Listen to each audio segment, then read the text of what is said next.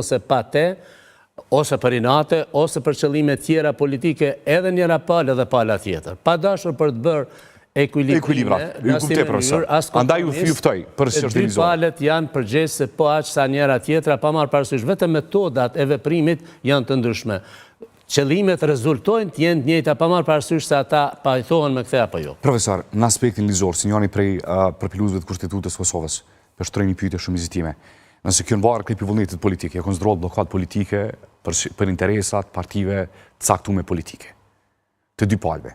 Shtrohet pyetja listime, a ka në hapësinë ligjore e cila na nxjerr pikë kësaj blokade, apo krijimi i institucioneve, funksionaliteti i shtetit do të jetë mëshirën e vullnetit të kalkulimeve politike dhe grupeve të interesit më në këtyre grupeve?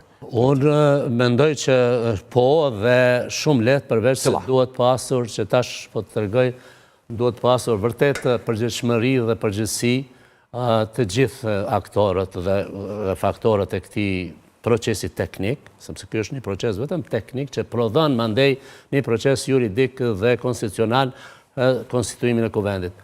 E ajo po mungon si duket për shkaqe që të hatërmbetjeve dhe betejave politike, intensave, qëllimeve tjera, po edhe pasigurisë dhe frikës që mund të presë në faza tjera, qoftë fituesi në zgjedhjeve që është provuesi i parë a mund ta mandatoj qeverinë dhe ta siguroj apo jo, dhe i të dytët nëse ma vonë ndodh kjo. Dhe pikërisht për këtë mendoj që do duhej definitivisht mendojnë të gjithë këta përfaqësues subjekte politike që kanë marrë mandate në kuvendin e tanishëm dhe në këtë legjislaturë të nëntën që kanë përgjegjësi të jashtëzakonshme, do të thosha dhe do duhej vërtet të mendojnë. Shtojnë një fjalë urtë popullore, roki morte pam kushjem. Rang këto zgjedhje e pam slash kultura shtetformuese. Jo, këto zgjedhje vazhdimisht kanë vazhduar atje. Është e para herë që e shohim këtë situatë, e kemi pasur kohën e vlon, po ju kështu për çështje teknike. Për çështje teknike është hera e parë, është precedenti pa precedent. Edhe pa imagjinueshëm.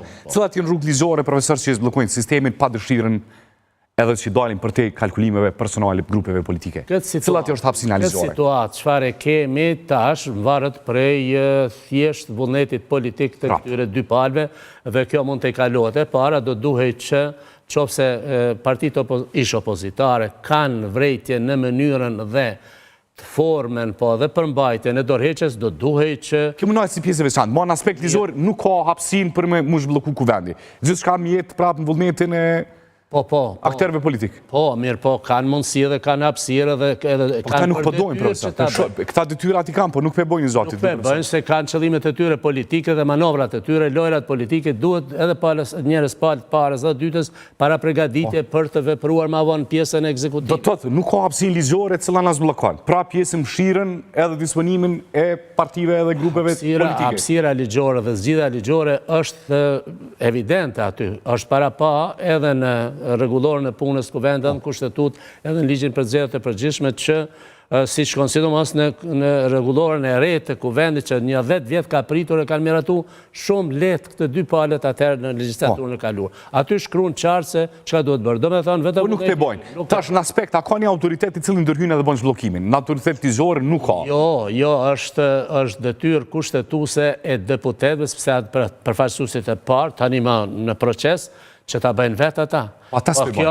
Po nuk e bëjnë, po prandaj qëndron andaj po t'jepni interpretim ligjor, profesor. Po ju them, në ligj shkruan, rregullore shkruan, vetëm duhet zbatuar. Nuk ka vullnet politik për zbatuar rregullorën që kanë për detyrë dhe që kanë nënshkruar vetë, dhe për ta zbatuar mandatin që kanë marrë nga... Nuk pe bojnë, në rast sa nuk e bojnë ta. A ka diçka ligjore që del për të këtyne apo pret jetë mëshirën i këtyne? Jo, nuk ka, sepse baza ligjore ekziston, edhe baza në ligjore ekziston, për këtë vetëm tani këtu kemi në një proces teknik dhe nga një komision teknik. Po këta e kam bloku, po pyetja është vizitime, profesor. A ka dikush tjetër që mund ndërhyn, që mos me lanë shtetin e bllokuar? Ish dasht presidentja ka ndërhy. Presidentja në letrën që ja ka ndërguar këta për sqarim, ndër të tjera ka thënë atë që ka për detyrë në bazë në 84 të kushtetutës. Po, çdo 4 tetor. Po, e tani këtë që ju po kërkonin pyetjen e juaj, përsëri unë mendoj, nëse përsëri vazhdon bllokada në 48 orë të ardhshme të tjera, atëherë presidentja vendit në bazë dispozitave të 84 të kushtetutës, njëra prej detyrave dhe funksioneve, autorizimeve të saj, nga 30 syrësh në këtë nen është që të kujdeset për mbarvajtjen dhe funksionimin, në këtë rast formimin,